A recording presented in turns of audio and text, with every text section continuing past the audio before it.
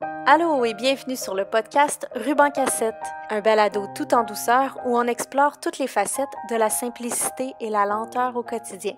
Je suis votre hôte Elisabeth et il me fait vraiment plaisir de vous accueillir dans ce nouvel épisode de Simplicité et lenteur au quotidien. Salut podcast! Bonjour et bienvenue dans un autre épisode de mon balado slow, Simplicité et lenteur au quotidien. Alors, je ne sais pas si vous avez vu passer sur mon compte Instagram, dans mes stories, j'ai fait un petit sondage parce que j'hésitais entre deux sujets cette semaine pour enregistrer l'épisode. J'avais envie de parler de deux questions qui me reviennent constamment et clairement, avec les résultats du sondage, les deux sujets vous intéressent vraiment également. J'avais envie de parler soit de l'usage des écrans qu'on a chez nous, quel est l'usage des écrans là, pour nous et pour les enfants dans notre maison. Et l'autre sujet, c'était les liens que je vois et que je trouve tant importants, en fait. Je l'ai mal exprimé, là, mais les liens entre le minimalisme et la maternité. Pourquoi je trouve que ces deux sujets-là vont main dans la main ensemble et pourquoi je trouve que c'est un outil là, super puissant pour les parents. Et c'est évidemment le sujet de mon livre « Vivre simplement ». Alors voilà, le résultat sur le sondage sur Instagram a été pendant quand même vraiment longtemps de 50-50. J'ai donc décidé d'enregistrer aujourd'hui l'épisode sur le minimalisme et la maternité. Puis la semaine prochaine, je ferai, si tout va bien, la semaine prochaine, une grosse promesse, je ferai l'épisode sur l'usage des écrans à la maison. Donc voilà. Et puis je voulais pas laisser le sondage aller trop longtemps parce que Oscar fait dodo et j'ai vraiment envie d'en profiter pour enregistrer un épisode là, à tête reposée seul avec vous. Là, c'est le fun d'enregistrer avec Oscar. Ça se passe relativement bien, mais c'est évidemment pas aussi évident d'être bien concentré et bien articulé. Donc, et comme généralement, je fais des épisodes de façon super spontanée, j'ai comme un feeling, j'ai envie de parler de tel sujet et dans ma liste d'idées là, qui est dans ma tête tout le temps, il y en a un qui ressort une journée, je me sens prête à en parler, donc je veux sauter sur l'occasion. Donc là, ces deux sujets-là étaient en ma tête de façon égale, donc là, je vais parler de minimalisme et de maternité.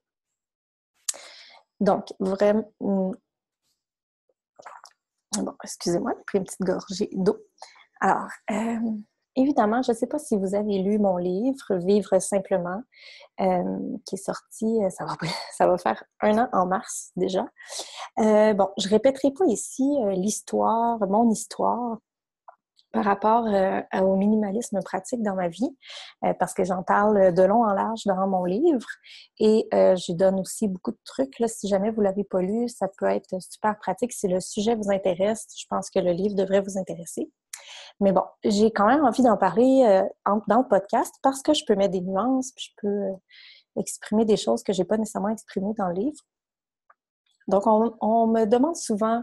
oui, on me demande beaucoup comment on fait pour appliquer le minimalisme avec des enfants. C'est pour ça que j'ai fait le programme gratuit Minimalisme avec les enfants, est-ce possible? Sur mon site web, allez chercher ça, c'est complètement gratuit et c'est une série de courriels avec beaucoup de réflexions et beaucoup de trucs pour appliquer le minimalisme à votre façon avec vos enfants à la maison. Mais c'est ça. Donc, je me fais souvent demander, bon, pourquoi je trouve ça donc bien important une approche plus simplicitaire avec les enfants dans la maternité, dans la parentalité comme telle. Et pourquoi je veux donc bien en parler le plus possible. C'est pour je veux encourager les gens à laisser aller le plus de superflu possible dans leur vie, mais du superflu qu'on ne réalise pas toujours qui est superflu quand on peut prendre le temps de réfléchir à ce qui est superflu autour de nous pour le laisser aller, se donner la permission de le laisser aller. Ça nous aide à vivre plus harmonieusement dans notre vie quotidienne avec nos enfants Particulièrement quand on a des jeunes enfants, on s'entend que ça demande beaucoup d'énergie. Des fois, ça ne répond pas à nos attentes, à ce qu'on s'était imaginé. On peut vivre des déceptions, on vit des difficultés physiques, de la fatigue, du stress, des inquiétudes, de l'anxiété. On a cette grande responsabilité-là qui est nos enfants. Donc, rajoute à ça un encombrement matériel, un étourdissement d'objets, des tâches et des tâches, des grosses dépenses liées à nos choix matériels. Ça peut venir vraiment entacher, à mon avis, la façon dont on vit notre maternité ou notre parentalité. C'est, à mon sens, vraiment plus profond que juste le fait de retirer quelques objets de notre maison, là, de se dire, OK, j'ai 17 paires de pantalons, je vais en enlever 4, 5, puis je vais avoir des encombrés, je vais me sentir mieux. Ça, comme je dis dans mon livre, je trouve que ça, c'est juste flatter du stock. Ça ne fera pas des vrais changements dans votre vie. Mais si on prend le temps de vraiment désencombrer en profondeur chez nous, dans tous les aspects de notre maisonnée, là, je suis donc bien essoufflée. Excusez, c'est comme un sujet qui m'interpelle tellement qu'on dirait que là, au lieu d'être posée comme d'habitude, là, je suis comme nerveuse. C'est... je vais me grounder. Voilà.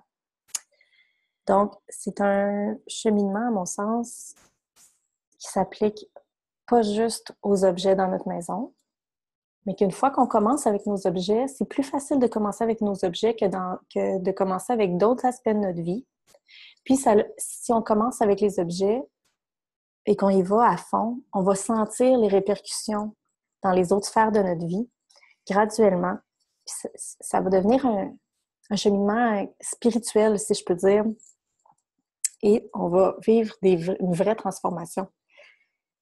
C'est pour ça que, par exemple, là, tout le monde parle de Marie Kondo ces temps-ci parce que là, elle a lancé son émission sur Netflix. J'ai lu en 2014 ou 2013 le livre de Marie Kondo, comme tout le monde. Puis, oui, il y avait des super bons trucs. J'ai appliqué quelques trucs qu'elle a proposés et je les applique encore. Je plie mes vêtements à la Marie Kondo depuis et je trouve ça fantastique.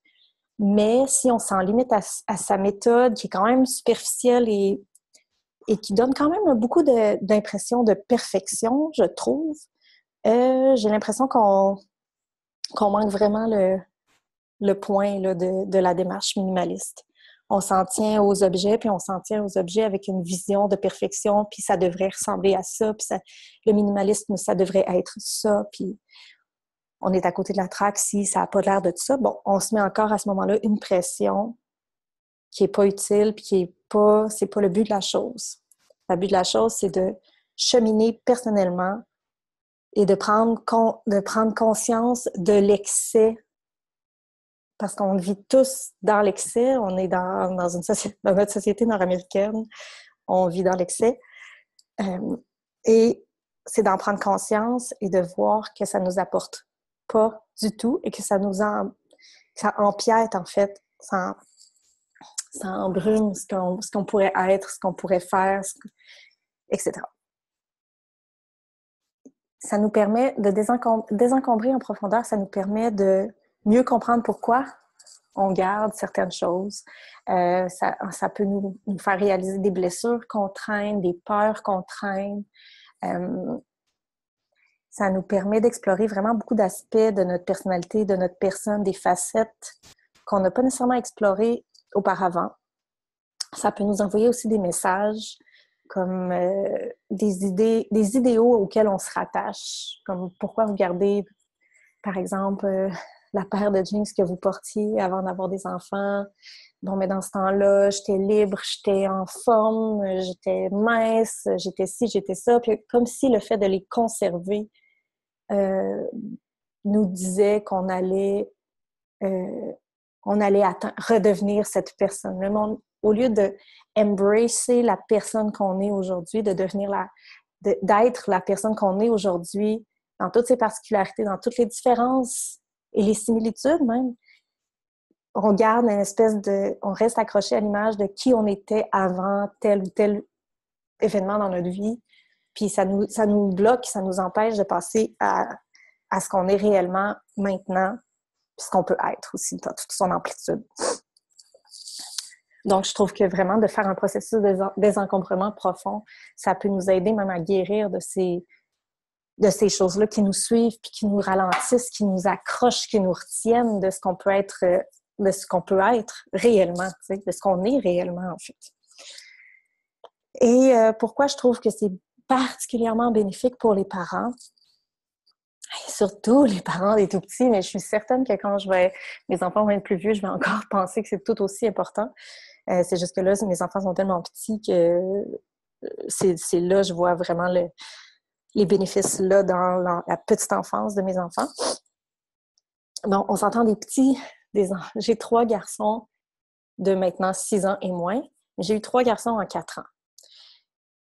C'est très exigeant, c'est demandant. Des tout-petits, ça dort pas bien, ça a tout à apprendre et on doit les accompagner, on doit les coacher, on est leur guide. Donc, tout ça c'est challenging, c'est dans tellement d'aspects de ce qu'on est, de ce qu'on pense. On peut vivre, c'est ça, plein de l'anxiété par rapport à ce rôle-là. On peut vivre toutes sortes de difficultés. Il peut y avoir des enfants avec des problèmes particuliers, des défis particuliers. Et même s'ils n'ont pas de défis particuliers, on s'entend. Avoir des tout-petits, c'est exigeant, c'est quelque chose de prenant, mentalement et physiquement. Et je trouve que le minimalisme peut vraiment nous permettre d'alléger notre quotidien avec nos enfants, le rendre plus facile, le rendre plus simple. On passe de passer notre journée à torcher derrière nos petits qui font le bordel en arrière de nous, puis qui lancent, puis qui brisent, puis qui sont pas respectueux qui semblent, en fait, pas respectueux d'aucun objet, puis de rien, puis de tout le travail qu'on fait. Puis là, merde, il est déjà telle heure, il faut faire le souper, il faut faire la vaisselle, il faut faire ci, il faut faire ça. J'ai une pile de lavage plus grosse que ma table à manger, à plier, etc., etc. Ça nous semble tellement gros, tellement chaotique. Couper ça de 75%. Tout ce stock-là, c'est rien que du stock. Tout ce stock-là qui est à gérer à travers l'accompagnement d'enfants, c'est tellement générateur de stress. Puis il y a de plus en plus de preuves scientifiques qui soutiennent les liens entre l'encombrement physique dans une maison et un haut taux de stress, un taux d'anxiété, le cortisol qui est comme vraiment notre taux de cortisol qui est dans le piton à la vue de tout ce qu'on est supposé de faire, puis tout ce qu'on devrait faire comme tâche, juste à la vue d'un comptoir embourbé de vaisselle sale puis de paperasse à gérer, là, juste ça peut inconsciemment venir nous élever notre niveau de stress. Peut venir influencer notre niveau de cortisol. Puis, veux pas, quand on se sent stressé, premièrement, on se sent pas. Je parle pas d'un stress sain là, devant un défi positif, etc. Je parle d'un stress, d'une anxiété liée à un surplus de choses à faire, là, puis qui nous apporte pas vraiment de bonheur, on s'entend. Mais on se sent physiquement pas bien. On a l'esprit vraiment occupé, préoccupé. On n'est pas dans le moment présent du tout. Et puis, ça fait que tu sais, si tu es en train de te dire, OK, là, j'ai ça à faire, puis là, tu es dans ta tête, tu es vraiment prise dans ta tête. Tu es en train de lister tout ce que tu devrais faire aujourd'hui pour, OK, quand que toute cette longue liste de tâches-là va être faite, je vais me sentir bien, je vais pouvoir aller jouer dehors avec les enfants, etc., etc. Puis là, tu réfléchis à ta liste, tu es en train de la structurer. Puis là, ton enfant, il tire sur ton chandail, puis « Maman, je veux te parler, je veux dire ça, maman, je veux ci, je veux ça, je... » Mais là, il te dérange. Là, tu es en train de penser à tout ce que tu es en train de faire. Fait que c'est vraiment difficile de répondre avec patience et ouverture. Là. Généralement, on va « Ouais, attends un peu, je suis occupée, je réfléchis, ou tu me déranges. » ou tu sais, c'est plus difficile quand on est stressé comme ça de répondre avec toute l'empathie qu'on voudrait ou l'ouverture qu'on voudrait, le calme, être dans le moment présent, etc. Puis, il y a aussi que il y a une étude là, de l'Université de Cornell qui avait fait le lien entre le stress qui est lié à l'encombrement pourrait aussi soutenir des réflexes, des stratégies là, pour coper, pour d'évitement, là, pour coper, là. Le mot m'échappe là, en français, comme manger quand on n'a pas faim, se perdre, scroller à l'infini sur notre téléphone, ou binge-watcher la télé, ou des affaires comme ça, là, des réflexes. On le sait que c'est pas bon pour nous, là, mais on est tellement écœurés de tout qu'on veut mettre notre cerveau à off, puis on le fait à travers un geste qui est pas bénéfique pour nous et notre santé, tu sais. Fait que c'est pour ça que je trouve que pour les parents en particulier, là, ça peut être vraiment bénéfique parce que c'est vraiment libérateur de temps.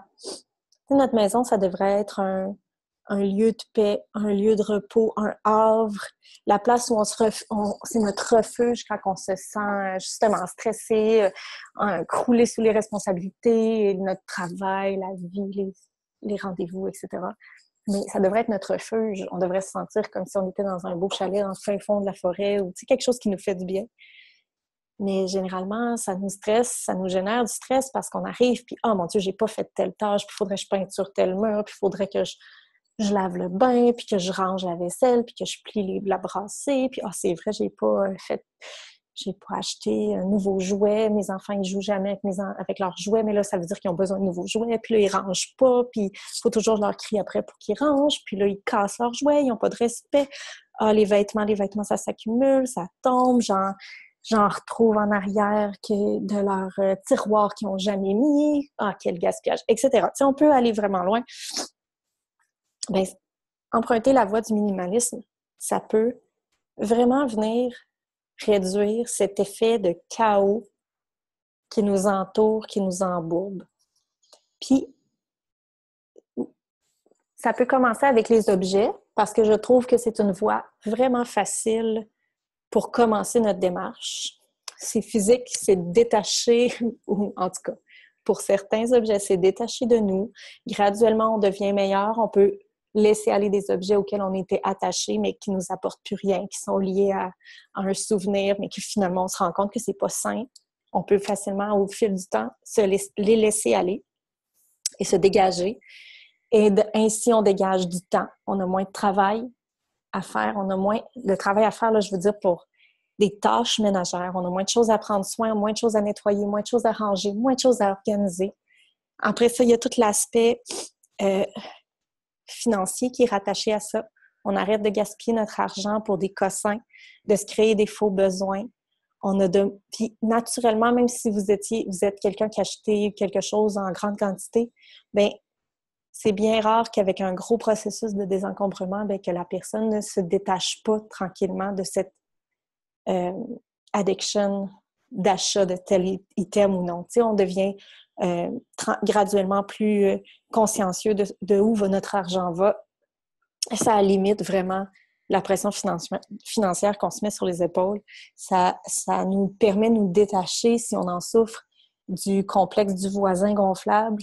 Ah, mais tout le monde dans ma rue a un comptoir de marbre, ça m'en prend un. Tout le monde a 2 voitures de luxe. Je devrais en avoir une moi aussi, tu sais, etc. Là, des espèces de comparaisons malsaines là, qui nous poussent à faire des achats premièrement, qui ne sont pas nécessairement dans notre budget ou dans notre budget, dans nos moyens, et qui nous apportent aucune joie, sauf celle de penser qu'on en avait besoin parce que l'autre en a besoin, tu sais. Je suis vraiment essoufflée, c'est ridicule. Ah, pardon, hein? Bon, ça va mieux. C'est vraiment un sujet qui me tient à cœur, puis en parlant, je réalise à quel point ça fait longtemps que je veux en parler plus. Et j'ai tellement la tête pleine en ce moment, j'ai tellement de choses à dire. J'aurais dû prendre des notes. J'aurais dû préparer, mais je réalisais pas que j'avais un attachement émotif aussi puissant, aussi fort que ça au sujet. Là, je le sais, ça a toujours été mon sujet préféré. J'ai tellement de choses à dire là-dessus, mais cet attachement-là, OK, me surprend, ma réaction en ce moment me surprend. Donc là, je vais me calmer encore un peu et je vais poursuivre. Donc voilà. Alors, si je reviens un peu à ce que j'ai dit, prendre une voie vers le minimalisme. Puis là, ça veut pas dire de posséder 3 bols puis une cuillère, de vivre dans un espace tout blanc puis de se priver de tout. Au contraire, le minimalisme pratique, c'est d'aller vraiment éliminer le superflu de plus en plus profondément. Mais pour nous, si nous, on aime peindre, ben gardez vos pinceaux, là. Tu sais, je vous dis pas de débarrasser vos pinceaux. Mais tu sais, c'est une bonne idée de repenser pourquoi on garde tous nos livres, pourquoi on garde les vêtements qu'on portait il y a 10 ans, pourquoi on a toutes les machines pas possibles dans notre cuisine, quand on cuisine même pas. Tu sais, c'est vraiment une bonne idée de se questionner sur toutes ces choses qu'on a et qu'on garde. Puis peut-être que aussi, si vous avez une grande maison avec un sous-sol rempli, un cabanon rempli ou un garage rempli, puis un espace de location pour stocker d'autres stocks, bien, en désencombrant, là, vous allez peut-être pouvoir libérer l'espace de location puis vous faire des sous à chaque mois que vous aurez pu dépenser là-dedans. Après ça, réalisez que vous avez plein de choses à débarrasser dans votre sous-sol. Tout d'un coup, votre maison est 2 fois plus grande. 2 fois plus grande parce que la moitié de la maison servait à stocker du stock. Vous pensiez peut-être déménager dans une maison plus grande qui vous aurait coûté donc bien plus cher. Mais finalement, votre maison est tellement plus grande parce que vous avez laissé aller tellement de choses qui ne vous servaient pas, ou qui allaient peut-être vous servir dans 10 ans, mais ça ne sert absolument à rien de garder un objet qui va vous servir dans 10 ans. Dans 10 ans, vous irez cogner chez votre voisin puis vous l'emprunterez. Comme ça, pendant 10 ans, vous n'aurez pas payé pour l'espace mental qu'il occupe, ni pour l'espace physique dans votre maison, dans votre garage, dans votre cabanon, dans l'espace de location. Parce que chaque pied carré de votre maison, ça vous coûte des sous. Donc, si elle est encombrée, c'est vraiment comme de l'argent gaspillé. Donc, ça m'amène à parler de l'aspect financier parce que oui, ça nous permet de réaliser où notre argent va, où on dépense inutilement. Peut-être aussi que ça va vous permettre de cheminer tellement que vous allez vous réaliser que finalement, de l'argent, vous en avez bien assez pour être heureux. Vous en gagnez assez, puis que vous n'avez pas besoin, finalement, peut-être, de prendre des heures supplémentaires. Je dis pas que... Tu sais, je dis pas, là, c'est sûr, c'est délicat de parler d'argent, là, mais... Tu sais, des fois, on pense qu'on n'a pas de sous, puis qu'on peut pas se permettre quelque chose, mais on réalise pas que les petits 5 piastres puis les 20 piastres à gauche puis à droite qu'on dépense pour des affaires inutiles, c'est ça qui nous met une grosse charge financière sur les épaules, tu sais. Fait que ce cheminement-là peut permettre ça aussi, de se réaliser que de l'argent, on est correct finalement, qu'on a moins de stress financier qu'on pensait, puis qu'on n'est peut-être pas obligé de prendre un 2e shift ou un job de fin de semaine, puis on peut se dégager du temps comme ça. Puis je reviens à l'espace mental que ça nous permet de nous dégager. Tout ça, c'est des choses qui nous... Tout ça, le travailler plus pour payer, le stress financier, tous les objets qui dorment dans notre maison, toutes les tâches qu'on devrait faire quand on les voit, tout ce que ça génère comme stress, ça prend vraiment beaucoup d'espace mental. Puis là, on peut venir dégager cet espace mental-là, puis tout d'un coup réaliser qu'on a du temps. On a du temps pour nous, pour se sentir bien, pour faire du développement personnel, pour notre growth. Pour ceux qui ont lu mon infolettre du mois de janvier, c'est mon mot pour 2019, pardon, je ne l'ai pas dans le passé. Ça nous permet tout d'un coup de vivre une certaine légèreté parce qu'on n'est plus attaché à tous ces objets-là puis à tous les « il faut que », parce que ça fait si petit. Le minimalisme s'est inséré là, dans tous les aspects de notre vie puis on a appris à laisser aller, on a appris à dire non, on a appris à se respecter plus. Ça dégage donc de l'espace mental. Et là, si on est parent de jeunes enfants, puis qu'on a moins de stress, puis qu'on a du temps, puis qu'on a de l'espace mental, puis qu'on a eu du temps pour prendre soin de nous, puis pour se développer personnellement, bien là, on est un adulte plus contenté, plus zen, plus calme. Qu'est-ce que ça fait? Puis on a de l'espace dans nous pour répondre à notre enfant, pour le regarder pour qui il est, pour comprendre c'est qui qu'il est, pour comprendre ce qu'il vit. On peut mieux l'accompagner. S'il fait des crises, beaucoup, puis des grosses crises émotionnelles, on peut les accueillir au lieu d'en être irrité parce qu'on a de l'espace mental. parce qu'on n'a pas 1 milliard de tâches puis d'objets à classer sur des tablettes. On peut mieux les voir, mieux les accompagner, mieux les comprendre parce qu'on a de l'espace en nous, de l'espace mental. Puis quand on réussit à s'asseoir par terre, à regarder notre enfant, puis à comprendre c'est quoi que notre enfant est en train de vivre, puis qu'on réussit à l'accompagner là-dedans, bien, on se sent bien, on se sent un meilleur parent, on se sent dans le moment présent, on se sent connecté à notre enfant. Donc, on se sent vraiment bien. Donc, voilà. C'est pour ça que je pense vraiment que le minimalisme pratique, là, pas le minimalisme à la mode là, qu'on voit partout, là, tous des décors blancs parfaits, épurés, puis super design, là, ça, on s'en fout.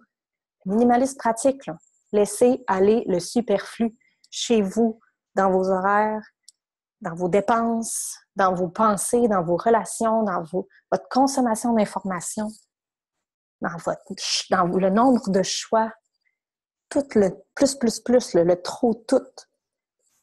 Quand on commence à laisser aller, à dire non, puis à se respecter là-dedans plus, puis à faire le travail que ça prend pour nous, là, parce que c'est des... On a grandi là-dedans, c'est des automatismes, c'est des attentes de la société qu'on n'a pas nécessairement questionnées.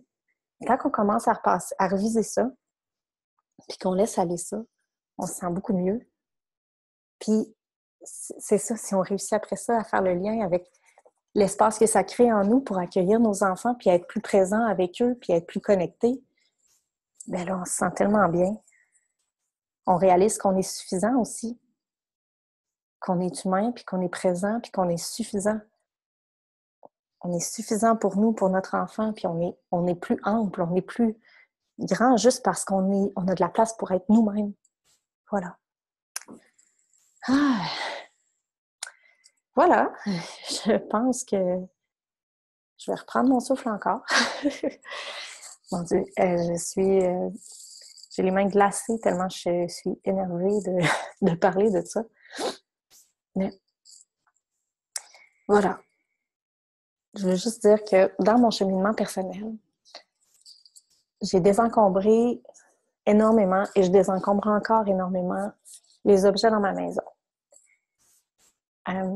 Ce gros cheminement-là m'a permis de réaliser que on avait amplement dans notre vie, qu'on n'avait pas besoin de poursuivre je ne sais quoi de plus. Évidemment, j'ai fait des études en environnement, je travaille en gestion des matières résiduelles. Fait que là, j'en parlerai pas aujourd'hui, mais tout l'aspect environnemental, ça faisait vraiment partie de l'élément de départ de ma démarche, en plus de mon impression là, d'être une mère qui ne faisait que déplacer des objets toute la journée. Je voulais être plus présente pour mon enfant. Mais j'avais déjà cette conscience environnementale-là de mes intérêts, de mon travail, de mes études, etc. Et ça fait une énorme différence, le minimalisme, sur l'aspect environnemental. Mais ça, je n'embarquerai pas là-dedans. Parce que je voulais vraiment, vraiment vous exprimer comment je suis convaincue que le minimalisme peut nous permettre à tous et chacun d'être meilleurs parents, juste parce qu'on peut être plus présent pour nos enfants, plus connecté. Puis je dis pas de lâcher votre job puis d'être maman à la maison si c'est pas ça qui vous intéresse, c'est pas ça que je dis du tout. Juste quand si j'ai une grosse journée de travail, que je suis stressée, que je reviens dans une maison complètement bordélique, parce qu'il faut que je pitche les affaires, les surfaces sont toutes remplies, il faut que je pousse des chaudrons pour réussir à faire un petit bout de dîner, un petit bout de souper. C'est sûr que je vais faire un repas moins intéressant parce que j'ai ma vaisselle est sale, je suis encombrée, moi je cuisine pas bien dans ce temps-là. Après ça, mes enfants vont plus m'irriter parce que je vais être irritée par tout. Tu sais, ça a comme un effet boule de neige négatif, une espèce de tourbillon négatif autour de ça. Puis je trouve que c'est vraiment associé au chaos moderne. Toute cette pression-là qu'on se met, puis on vit dans des milieux tellement encombrés. Puis de l'encombrement caché, là, mais ça nous pèse dessus. Donc, tu sais, ça nous empêche d'être focus, d'être concentré, d'être dans le moment présent. Puis quand on simplifie nos objets, puis qu'on reste ouvert, ça va simplifier notre vie, ça va simplifier nos idées préconçues, nos attentes, nos fausses croyances. ça va nous faire prendre une meilleure conscience de nos priorités aussi, puis on va pouvoir vivre nos priorités. Parce que je suis certaine que si je demande à n'importe quel des parents qu'est-ce qui est le plus important pour vous, ben, il y en a plein qui vont me dire les enfants, mon chum, mes amis. Puis ben, après ça, en discutant, ben, tu réalises ben, ils travaillent trop, puis ils ont trop de tâches pour passer du temps avec leurs enfants. Et ils aimeraient donc ben, s'en passer plus, mais ils doivent travailler plus ou ils doivent prendre une journée puis faire garder les enfants pour pouvoir prendre le dessus sur les tâches. Ils ne voient jamais leurs amis, ils n'ont jamais de temps en couple, etc. Tu sais, c'est pas juste avec les enfants. Puis là, je dis pas ça du tout avec aucun jugement. Je trouve que c'est vraiment pas un jugement que je porte sur les individus parce que chaque parent veut le meilleur pour soi puis son enfant, puis tout le monde donne le meilleur de soi. Je suis certaine, je suis tellement convaincue qu'avec plus de démarches de minimalisme pour tous et chacun, fait vraiment la différence dans les vies des gens. Plus de joie, plus de simplicité, plus, tu sais, quand c'est simple, puis on a les épaules détendues, puis on se sent bien, puis on peut rire avec nos enfants. On peut avoir plus de ça. Voilà. Bon. Je pense que je vais arrêter maintenant parce que je pense que je pourrais en parler pendant des heures et tous vous endormir. Puis comme je me sens tellement essoufflée que je sais pas si ça va être très agréable à écouter, mais bon, je ne recommence pas. This is good enough. Mon cœur est là au complet. Soyez-en rassurés. Enfin bref. Donc voilà, je vous invite à laisser en commentaire sous l'épisode toute votre pensée par rapport à ça, par rapport au minimalisme et à la maternité. Si vous avez des questions sur le sujet, si vous avez besoin de trucs, si vous avez des questions plus précises sur des catégories ou sur des façons de cheminer, etc., écrivez-moi tout ça dans les commentaires. Ça va me faire plaisir de vous lire puis d'utiliser ça pour vous créer des trucs, soit un article de blog, soit un autre épisode de podcast beaucoup mieux structuré, je vous promets. Peut-être un programme gratuit, quelque chose, ou faire une infolettre là, avec du contenu qui peut venir vous aider à cheminer dans le minimalisme pratique. Ça va me faire plaisir. Écrivez-moi tout ça en commentaire. N'oubliez pas d'aller vous inscrire à mon programme gratuit sur mon site. Puis ça s'appelle « Minimalisme et enfants, est-ce possible? » Vous recevrez par courriel tout le programme et les commentaires sont super bons avec ce programme-là. Il y a plus de 600 personnes qui l'ont fait et ça a créé vraiment des changements chez les personnes. Ça les a encouragés à emprunter la voie du minimalisme, à désencombrer à la maison et la différence s'est fait vraiment sentir avec les enfants. Ça me fait penser à un aspect tellement important de cette démarche-là, puis je peux pas croire que j'allais même pas en parler. C'est le modèle qu'on a pour nos enfants, le message qu'on envoie à notre enfant. C'est un message de grande consommation, puis de plus, puis que les objets prennent la place sur l'humain, ou l'objet prend la place sur l'apprentissage, l'objet prend de la place sur le temps, etc. Ou mettre les relations humaines au premier plan. Mettre le partage sur le premier plan. Faciliter, réduire l'anxiété pour les enfants, faciliter le rangement pour les enfants, faciliter le fait qu'ils vont prendre plus soin de leurs objets, ils vont moins demander d'en avoir d'autres, puis il faudrait que tu ailles acheter ça au magasin, puis pourquoi on n'en a pas, puis lui, il y a ça. C'est moins de comparaison, moins de demandes incessantes, plus de gratitude, plus de reconnaissance chez les enfants. Je pense vraiment qu'on peut modéliser ça pour nos enfants dès un tellement jeune âge en empruntant le minimalisme. Ça, là, c'est fou. Je le vois chez mes enfants tous les jours. Et c'est sûrement ce qui me remplit le plus de bonheur. C'est la relation à l'objet. Je trouve que elle est saine. Ils vont prendre soin de ce qu'ils possèdent. Puis, ils en ont du stock, là. Ils en ont des objets, ils en ont des jouets, là. Ils n'ont pas rien, là. Ils n'en ont pas beaucoup quand on compare. Mais ils en ont quand même beaucoup, à mon sens. Mais quand même, ils n'en ont pas trop.